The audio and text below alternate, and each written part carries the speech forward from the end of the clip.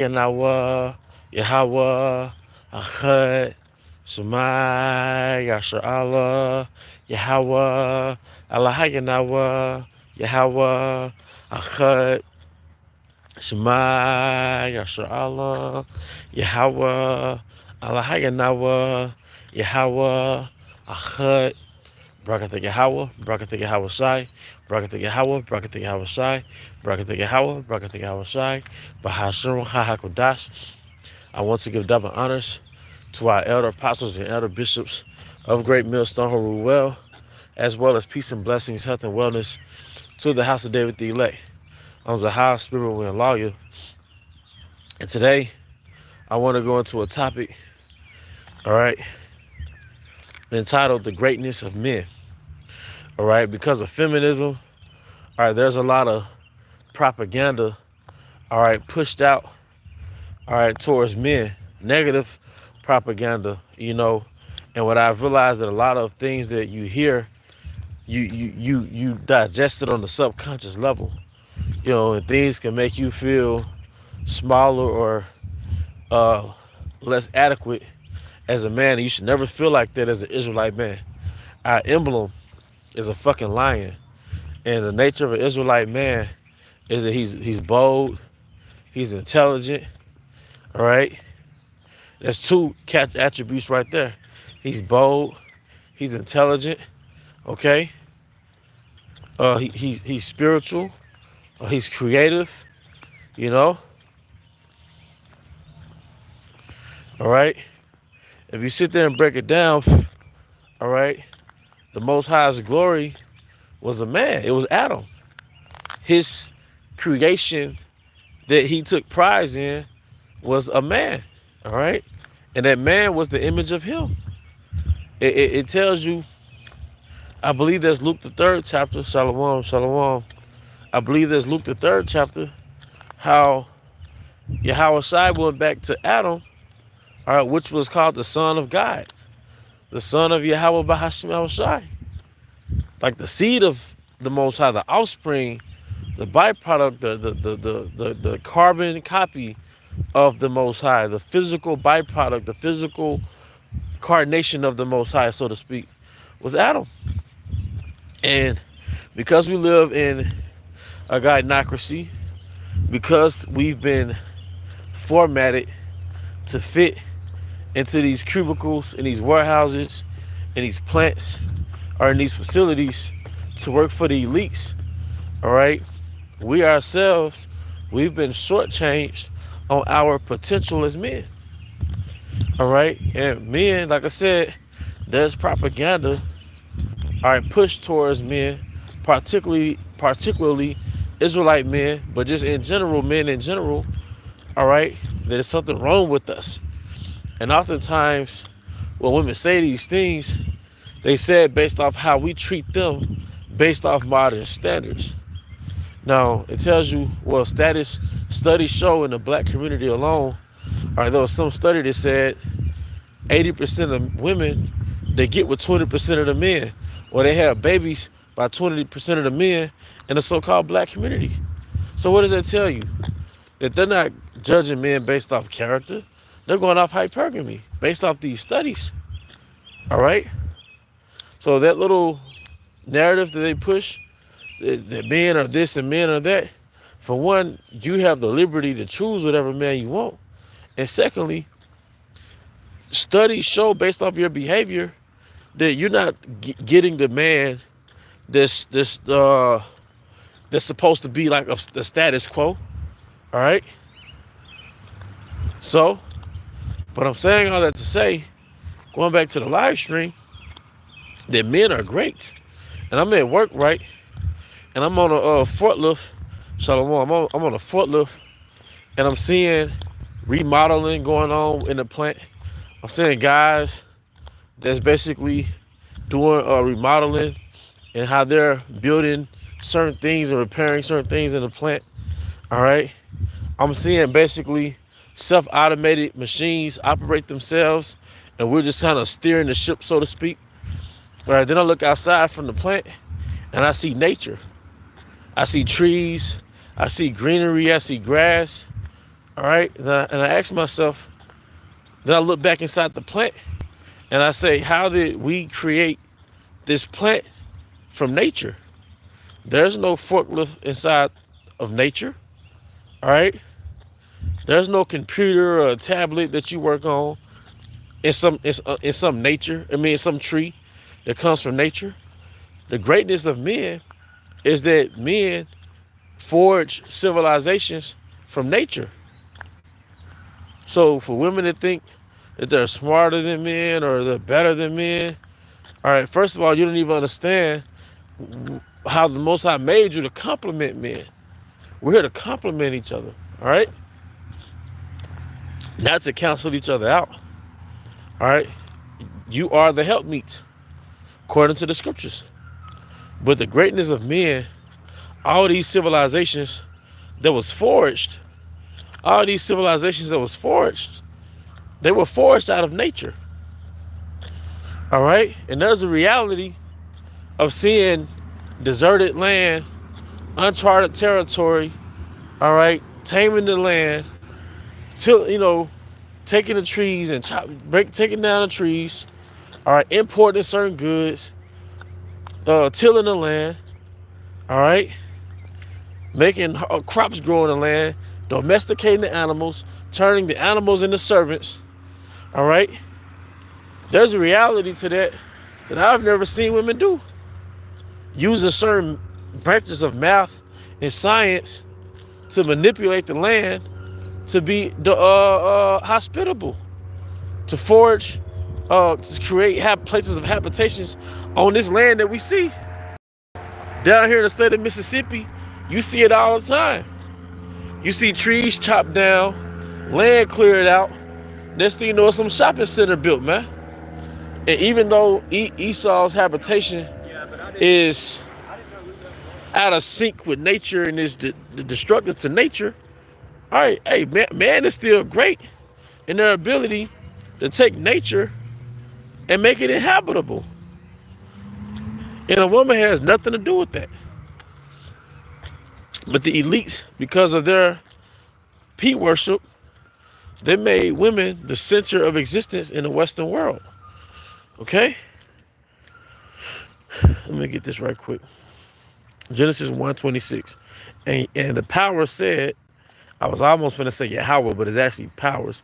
And the power said, let us make man in our image, after our likeness, and let them have dominion over the fish of the sea, and over the fowl of the air, and over the cattle, and over all the earth, and over every creeping thing that creepeth upon earth. Well, the key point the brother's bringing out was, let us make man in our image. Give him order. Give him that intelligence. It tells you in the scriptures that the Most High breathed the breath of life into Adam, which is those laws, statutes, and commandments, which made him civilized, made him intelligent, made him a ruler of the world around him. It tells you that Adam named the animals. You see, this is the premises of what it means to be a man on a ground level, not really a spiritual level, but on a physical level, man. Like I said, I got cousins, man. A particular cousin, he made a decision. It was his own will to stay out here in the country. He had opportunities to go elsewhere, but he decided to stay in the rural parts of Mississippi. And he's a man of the field, God damn it. Kill a cow, smoke a cow, hunt, fish, yeah. Build a patio. And me growing up in the city, I can't do none of that shit, man. I ain't gonna say I can't do it, but I haven't given myself over to learn that craft. All right? Salvation of the elect, 1 Corinthians 11:8. For the man is not of the woman, but the woman of the man. And man was not made for woman, but woman was made for man. 2 Ezra 3:5. All right, this is from, bear with me, brother, Isaiah Allah, Idaho. 2 Ezra 3:5.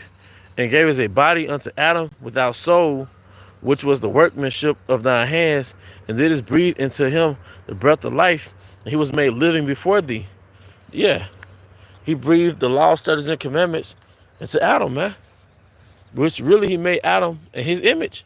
It was like making Adam in his image, man. But when he gave him those laws, man, because the laws is the stepping stones into making you like the Most High,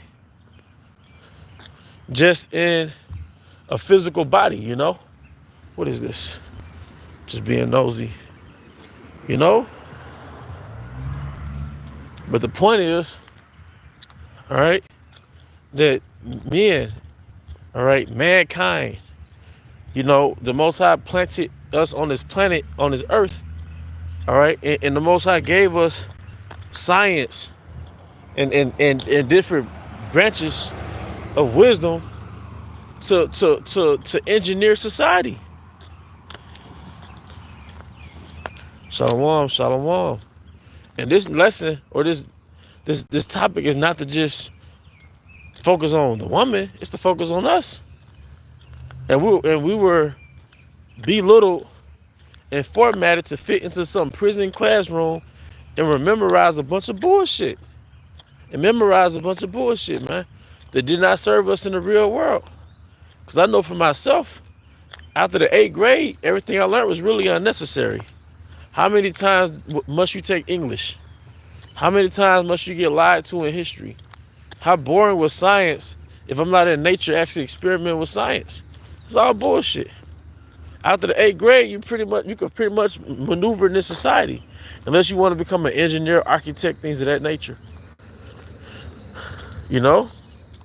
But nonetheless, the thought of algebra, the thought of trigonometry, the thought of, you know, geometry, you know, it's fascinating because you need these things to engineer society. But Jake had this branch of wisdom. You know? You have to know arithmetic. You have to know certain things to build an ark, man. All right? And it wasn't just everybody was out there in mud tents. Then Noah built this ark. No, there was civilization at that time. All right? No new thing under the sun, man. There was a civilization at that time. All right? Even in the Western Hemisphere, fast forward to 700 BC, when the Northern Kingdom came to the Americas to settle here. All right, to settle here, man. All right, and make establishments in North, Central, and South America. They use branches of science. They use the constellations. They use, like I said, different branches of science to engineer societies here in America. Or to create systems of agriculture. They had floating farms on different waters here in America, man. All right? The knowledge of the herbs, the virtues of roots, all right? The operations of the elements. These are the foundations of society. This is the greatness of man. Man utilizes the knowledge of the earth to engineer society, man. You know?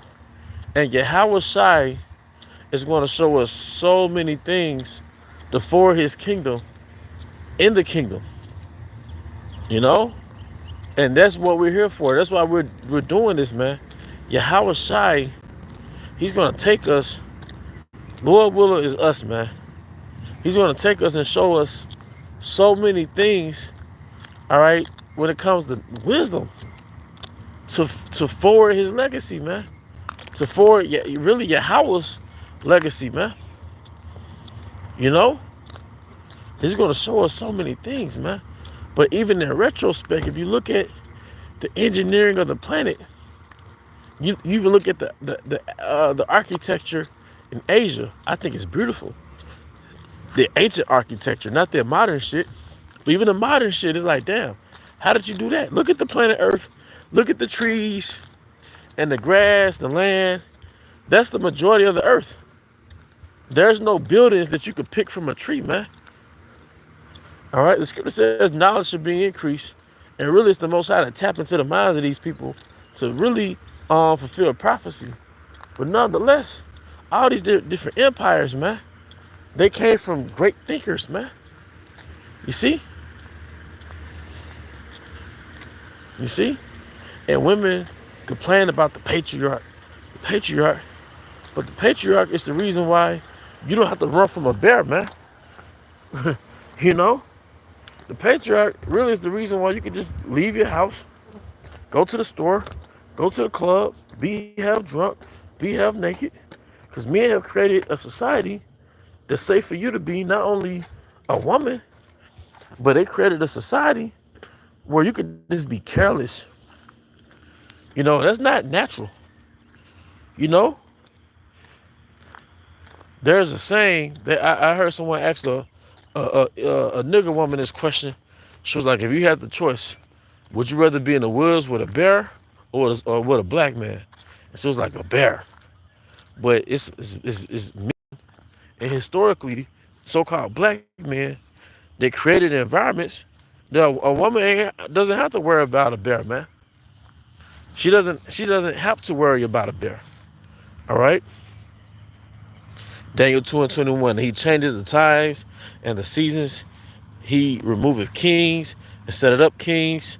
He giveth wisdom unto the wise, and knowledge and knowledge to them that know understanding.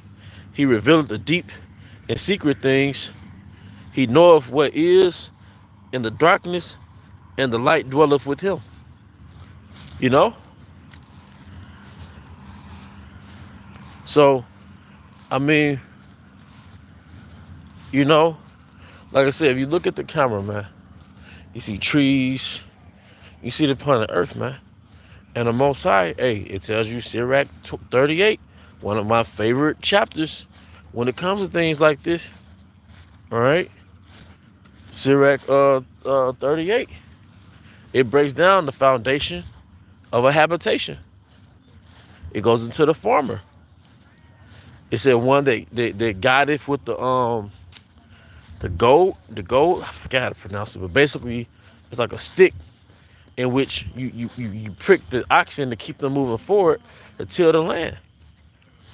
And you'll think you're just some country shit, some, ancient shit. No, this is the foundation of a nation. It's agriculture. So it's Sirach 38 is given a description of agriculture. Then it goes into the pottery. Because now you look at a potter like just some extracurricular stuff, but you have to remember, there's no styrofoams in nature.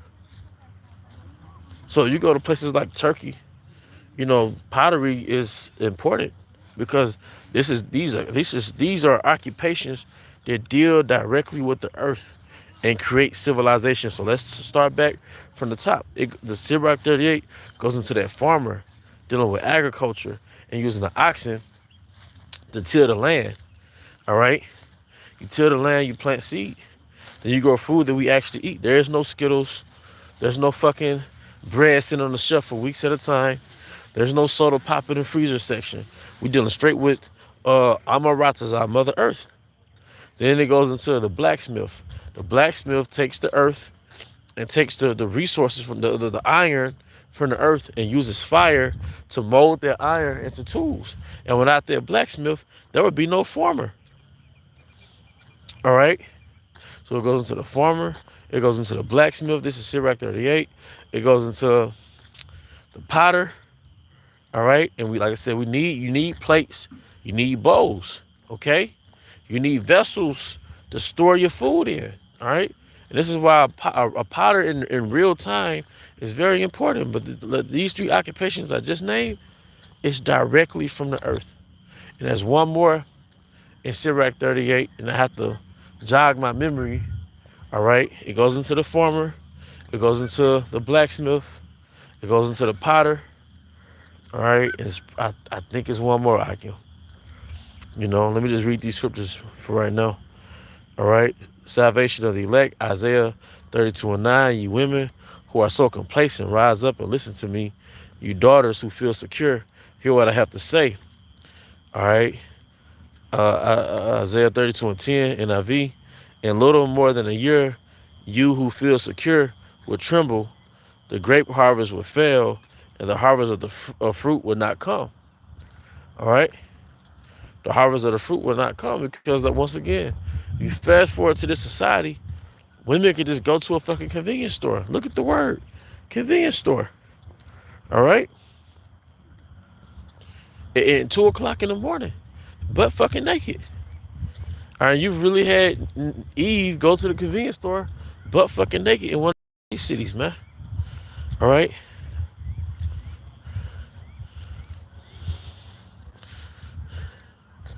Right. So I might have been tripping. I might have tackled those main occupations. Sirach 38:27. So every carpenter, every workmaster, they labor if night and day. And it speaks about the carpenter. Because you have for lumberjacks, as we call it today, to chop down the trees, you got certain brothers in the truth who are lumberjacks. But then those trees have to be turned into wood to build houses. All right, this is like the frontier days, man. The original settlements in America, man. That was going off of this blueprint, man. All right. In the 1800s, 1600s, you had to be a real fucking man to survive, man. Sirach 38:27. So every carpenter, every workmaster that laboreth night and day, and they that cut and engrave seals, and are diligent to make great variety, and give themselves a counterfeit imagery, and watch to finish a work. All right. Hey, how can I forget the physician? 38:1. All right. Let me see. Sirach 38:28. The smith also sitting by the anvil. Yep, that blacksmith. And considering the iron work, the vapor of fire wasted his flesh, and fighting with the heat of the furnace, the noise of the hammer and the anvil in ever in his ears, and his eyes still look upon the pattern of the thing that he maketh. He set in his mind to finish the work and watch to polish it perfectly. All right. It says, verse 29, Sirach 38:29. So that the potter sitting at his work and turning the wheel about with his feet, who is always carefully set in his work and making all his work by number. All right.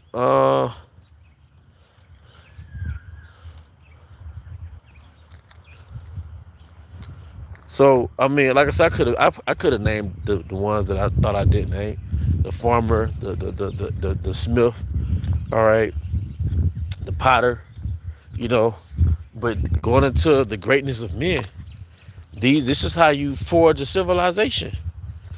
All right, without modern technology, man. The reason why men have been devalued, because we live in a fucking computer, man, that replaced men. But then, you know, if you go without the grid, you see that the power of men, the power of manpower. You see? You see? So, I mean, that's pretty much the point, man. Part of the greatness of men, all right, when Yahweh Bahashim Havashai created men, he created men and utilized the earth, man. Like I said, you got to look at just the different imagery. All right, look at these freaking houses, man. These are houses in the woods. But people take for granted what men can do and say men are the problem. Men are the reason why you're speaking the language. Men, Israelite men, so-called black men, actually engineered languages, man. English is a created language. It's a derivative of Latin. But you have to understand, men have to actually create a language. And to my knowledge, women never created empires. They just inherited positions of power within pre-existing empires, man. All right? And most of these civilizations were forged from so-called dark nations, man. Whether it's the Babylonians, the Persians, these are dark nations. It's a lot.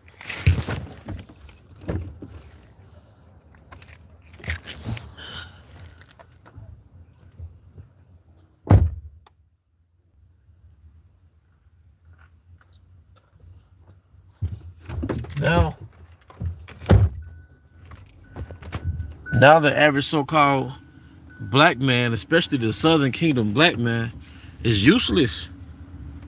He's useless. He don't know a thing, man. He doesn't know shit, man. Nigga just rapping or playing ball, man. And that's what he wants to have a career out of not really obtaining a real skill. You know? That's not life, man. That's not real life, man. He wants to live in a fantasy. All right? When the average professional career of an athlete is like 2 years, man. For a professional athlete, man. But that's pretty much the point, man. This is the greatness of men. Men, in part, forge civilizations from nature. All right? But with that, to the next time, shalom.